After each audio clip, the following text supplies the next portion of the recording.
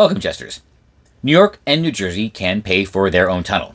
It's as simple as that. The current controversy is Secretary of Transportation Sean Duffy, threatening to withhold some $13 billion in funding because it might be used for DEI purposes, or it might be distributed using DEI guidance, which is against the president's current policy, which is correct. However, this does bring up the question of, why is the federal government even doing this? Why is the federal government even supporting this? Why is the federal government paying for a transportation project that will primarily and almost exclusively benefit New York and New Jersey? Granted, there's some ancillary benefits, up the East Coast, Connecticut and Rhode Island, but still, this is a tunnel between New York and New Jersey. Why is the federal government supporting it?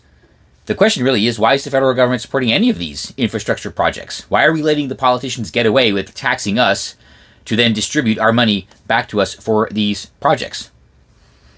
Yeah, that's a very good question. My position, it needs to stop. Stop it completely. There should be no federal infrastructure projects. The states are far more capable of doing this on their own, and it's actually more appropriate for the states to do this on their own or in conjunction with neighboring states like this tunnel project. And I'll just get it out of the way. The NEC, owned by Amtrak, it's fine actually if the NEC is owned by Amtrak, but Amtrak does need to be privatized, spun off completely from the federal government. Ideally, though, I think the most practical situation would be to grant the right-of-way, the whole NEC right-of-way, to the individual states and let them work on some sort of easement agreement and encourage private operators to operate the passenger service.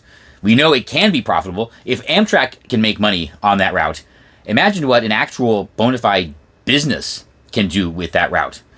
Having said that, it's time for the federal government to get out of all of these infrastructure projects.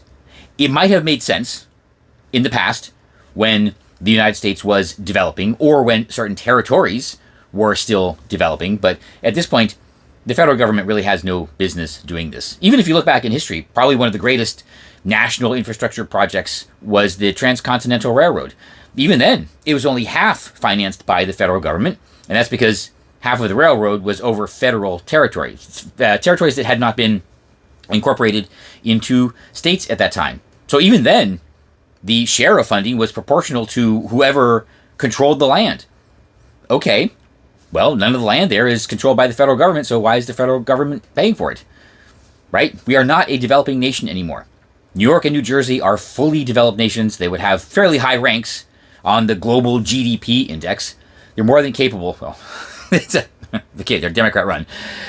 All right. Let's just assume they're more than capable of financing this on their own. Right? Even Mississippi, the Democrats, our friends on the left's favorite whipping boy, poor little Mississippi, still has a $155 odd billion GDP, higher than Canada. The GDP per capita in poor little, hick overrun MAGA country, Mississippi, their GDP per capita is higher than Canada or even the European Union. So, even Mississippi is a developed enough economy to support any kind of large-scale infrastructure projects. Now you got Gavin Newsom out there running around claiming that California is, the fourth largest economy in the world? Okay, I don't doubt that, for now.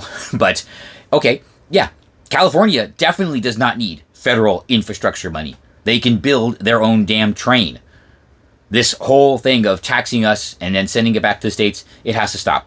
It has to stop. And I think it's very funny if you get into this with people, online, especially with this particular instance, they will come at you, me in particular, because Florida received hurricane assistance. Okay, deal. 100% deal. Florida will take care of our hurricane relief, and New York and New Jersey can also take care of their hurricane relief, which is what this tunnel project is.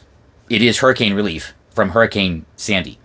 And actually, that $13 billion apparently is more than Florida has received in the past decade or two. So, deal. We're good. We're good with that. We will take care of ourselves. New York and Jersey can take care of their own tunnel, and we're good. It's time for this federal infrastructure bribe, quite frankly, and just another way for politicians to get into our pockets. It's time for all of it to end. You know I'm right.